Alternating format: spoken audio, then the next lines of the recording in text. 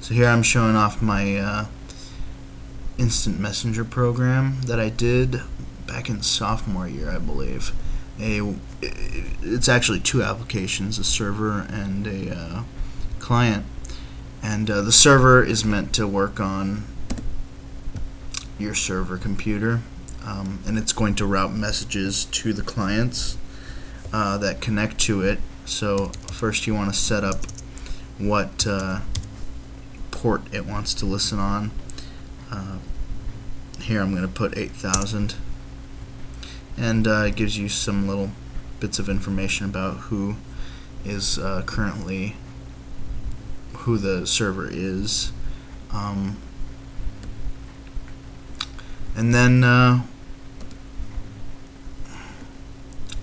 we run, like say another computer would be running the client, so they would go and type in some username and an IP address. Here I'm going to use what it's given me here, and I type in the same port number. So it's not that intuitive for this here, but it was just, just to show off what I could do.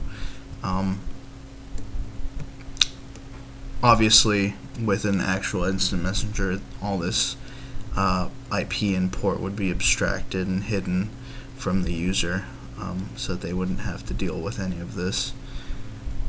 But for the purpose of doing this, we've got that, and then we connect, and then the application switches views. It switches into this mode here, and as you can see, the server has been notified that the user has logged on.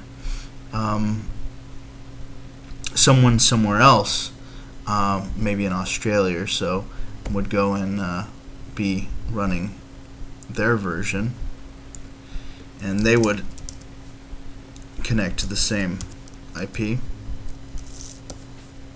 at the same port, and bam. And as you can see here,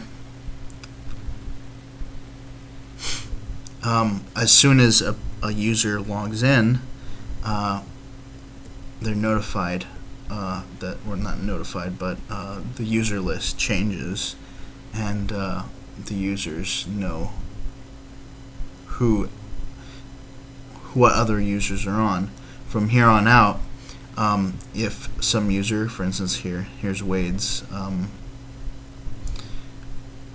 window, if he goes and decides so he wants to talk to Joel, he double clicks on it and this would pop up, and he'd say something like hey, and click send, and immediately as he hits send, it goes straight to the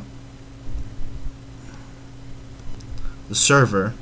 Server gets the message, routing message from Wade to Joel, and then this guy here on the other side gets the actual message and sends something back.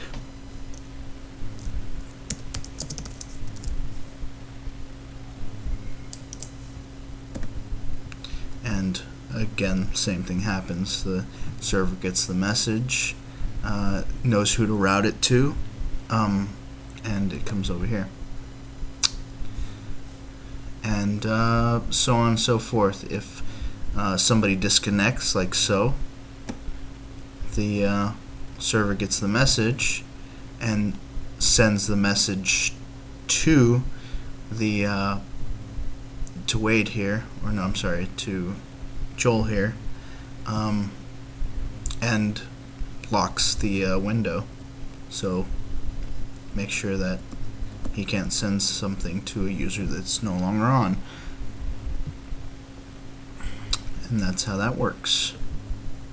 Disconnect.